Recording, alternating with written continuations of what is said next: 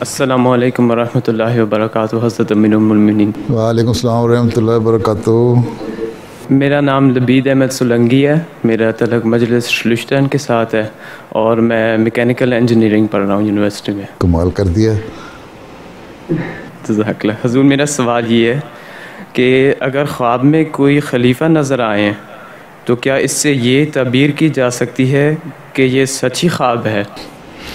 یہ تو پتہ نہیں سچی خواب ہے کہ غلط ہے، آدمی سوچ سوچ کے بھی ہو جاتا ہے، لیکن ناموں کی تعبیر ہوتی ہے کہ نام خلفاء جو ہیں ان کے نام بھی اچھے ہیں اور نیک خواب ہے اور نیکی کی بات کر رہے ہیں، تو وہ سچی خواب ہوگی۔ اور اس کا اگر یہ تو سیاق و سباق سے پتہ لگتا ہے آگے پیچھے جو خواب کے ہے وہ کیا ہے، کس طرح کی ہے۔ مختلف خوابوں کی مختلف تعبیریں ہوتی ہیں، صرف ایک چیز کو دیکھ لینا تو بات نہیں ہے۔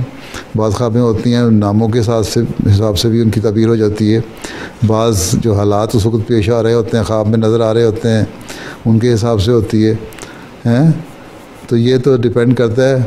اب کوئی کہتے ہیں مجھے فلاں خلیفہ نظر آیا، اس نے کہا کہ فلاں جائز بات جو ہے وہ تم نمازیں پڑھنی چھوڑ دو، ہیں تو وہ تو جائز نہیں ہے۔ وہ ایک لطیفہ ہے، ہمارے ایک بزرگ ہوتے تھے، ان کا ایک بیٹا تھا، اکلوتا بیٹا، بڑھاپے میں پیدا ہوا، ٹھیک۔ اس نے نمازیں پڑھنے میں بڑا سست تھا، جیسے اکثر خدام اب بھی یہاں ہوئی ہیں تمہارے پاس ہیں۔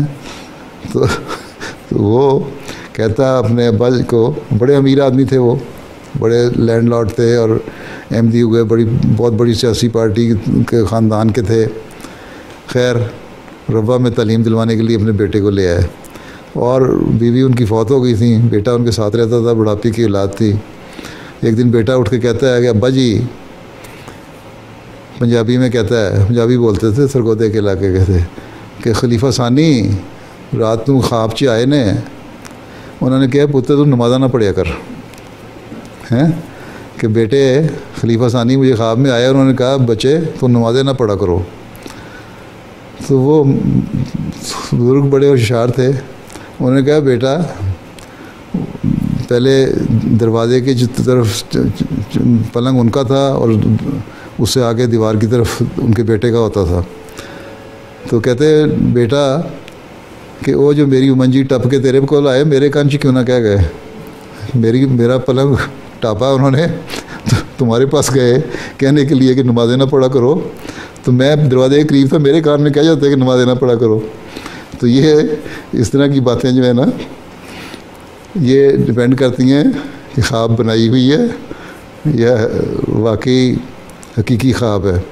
اور اگر بندہ بعض دفعہ سوچتا ہے بعض باتیں، ان خیالات میں بعض ایسی باتیں آ جاتی ہیں جو ان کا کوئی مطلب نہیں ہوتا۔ جہاں تک کسی خلیفہ کے آنے کا تعلق ہے، اگر وہ نیکی کی باتیں بتا رہا ہے تو خواب جائز ہے، ٹھیک ہے، اچھی ہے، سچی ہے۔ اگر اس کی طرف غلط بات منسوب کر رہے ہو تو وہ خواب غلط ہے۔ یہ تو انسانی سوچ پہ ڈیپینڈ کرتا ہے، ٹھیک ہے۔